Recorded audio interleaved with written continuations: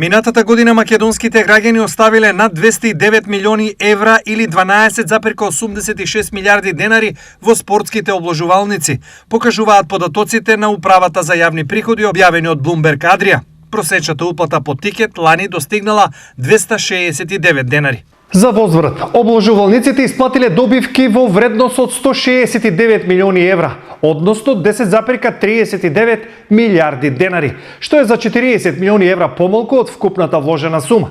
Најголемата добивка исплатена на еден тикет изнесувала речиси 68.000 евра.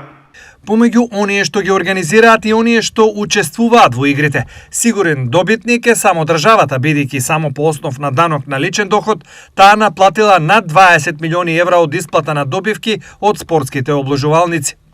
Според анализите, износот на вложените средства во спортските обложувалници е во пораст последните неколку години. Во 2022 година граѓаните вложиле околу 193 милиони евра, додека во 2021 година оваа бројка била нешто над 185 милиони евра. Тоа укажува на тренд на раст на популарноста на спортското обложување во земјава, како и на зголемениот профит за обложувалниците и државата преку даноците.